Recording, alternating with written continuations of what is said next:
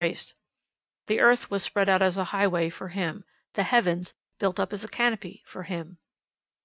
Adrian felt that he made a part of a great whole. He owned affinity not only with mankind, but all nature was akin to him. The mountains and sky were his friends, the winds of heaven and the offspring of earth his playmates, while he, the focus only of this mighty mirror, felt his life mingle with the universe of existence. His soul was sympathy, and dedicated to the worship of beauty and excellence. Adrian and Raymond now came into contact, and a spirit of aversion rose between them. Adrian despised the narrow views of the politician, and Raymond held in supreme contempt the benevolent visions of the philanthropist. With the coming of Raymond was formed the storm that laid waste at one fell blow the gardens of delight and sheltered paths which Adrian fancied that he had secured to himself as a refuge from defeat and contumely.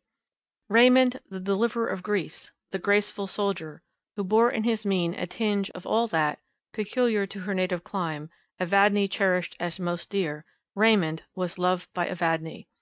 Overpowered by her new sensations, she did not pause to examine them, or to regulate her conduct by any sentiments except the tyrannical one which suddenly usurped the empire of her heart. She yielded to its influence, and the too natural consequence in a mind unattuned to soft emotions was, that the attentions of Adrian became distasteful to her. She grew capricious. Her gentle conduct towards him was exchanged for asperity and repulsive coldness. When she perceived the wild or pathetic appeal of his expressive countenance, she would relent, and for a while resume her ancient kindness. But these fluctuations shook to its depths the soul of the sensitive youth. He no longer deemed the world subject to him because he possessed Evadne's love. He felt in every nerve that the dire storms of the mental universe were about to attack his fragile being, which quivered at the expectation of its advent. Perdita, who then resided with Evadne, saw the torture that Adrian endured.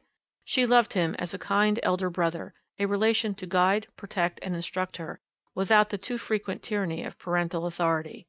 She adored his virtues, and with mixed contempt and indignation she saw Evadne pile dear sorrow on his head, for the sake of one who hardly marked her. In his solitary despair Adrian would often seek my sister, and in covered terms express his misery, while fortitude and agony divided the throne of his mind. Soon, alas, was one to conquer. Anger made no part of his emotion. With whom should he be angry? Not with Raymond, who was unconscious of the misery he occasioned. Not with Evadne. For her his soul wept tears of blood. Poor, mistaken girl! Slave, not tyrant, was she, and amidst his own anguish he grieved for her future destiny. Once a writing of his fell into Perdita's hand. It was blotted with tears. Well might any blot it with the like. Life, it began thus, is not the thing romance writers describe it, going through the measures of a dance, and after various evolutions arriving at a conclusion, when the dancers may sit down and repose. While there is life there is action and change. We go on, each thought linked to the one which was its parent, each act to a previous act. No joy or sorrow dies barren of progeny, which for ever generated and generating weaves the chain that makes our life. Un dia llama a otro dia, y se llama y encadena. Llanto a llanto, y pena a pena. Truly, disappointment is the guardian deity of human life. She sits at the threshold of unborn time, and marshals the events as they come forth. Once my heart sat lightly in my bosom. All the beauty of the world was doubly beautiful, irradiated by the sunlight shed from my own soul. Oh, wherefore our love and ruin, for ever joined in this our mortal dream? So that when we make our hearts a lair for that gently seeming beast, its companion enters with it, and pitiless lays waste what might have been a home and a shelter. By degrees his health was shaken by his misery, and then his intellect yielded to the same tyranny.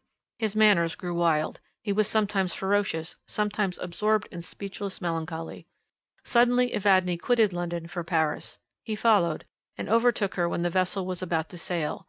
None knew what passed between them, but Perdita had never seen him since. He lived in seclusion, no one knew where, attended by such persons as his mother selected for that purpose. End of Volume 1, Chapter 3.